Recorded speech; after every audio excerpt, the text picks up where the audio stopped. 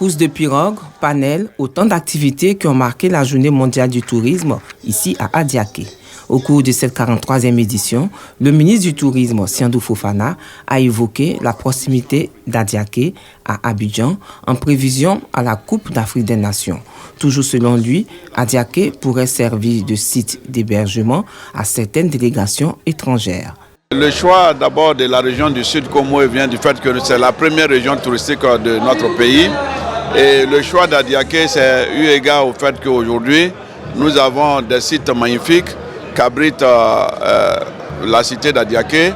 Et dans le prolongement d'Adiaké, nous pouvons trouver tout près Assini.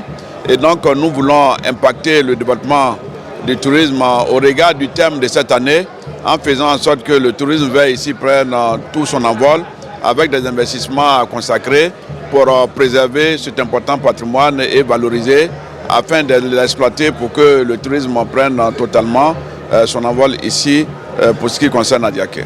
Le directeur général de l'industrie touristique et hôtelière, Dr Claude Fagama, a exhorté les acteurs de la filière et les populations à s'approprier le tourisme vert qui prend en compte les besoins économiques. Il y a plusieurs projets de développement touristique et de loisirs qui sont prévus donc, pour être développés dans cette région d'Adiaké. Donc, étant donné que la région d'Adiaké fait partie des 9 pôles de développement touristique de la Côte d'Ivoire, il y a un projet, que je prends un projet phare, un projet structurant de développement, qui est par exemple le projet de développement du plus grand parc d'attractions de Côte d'Ivoire dans la zone d'Assini par exemple. C'est l'un des grands projets qui est prévu dans la zone.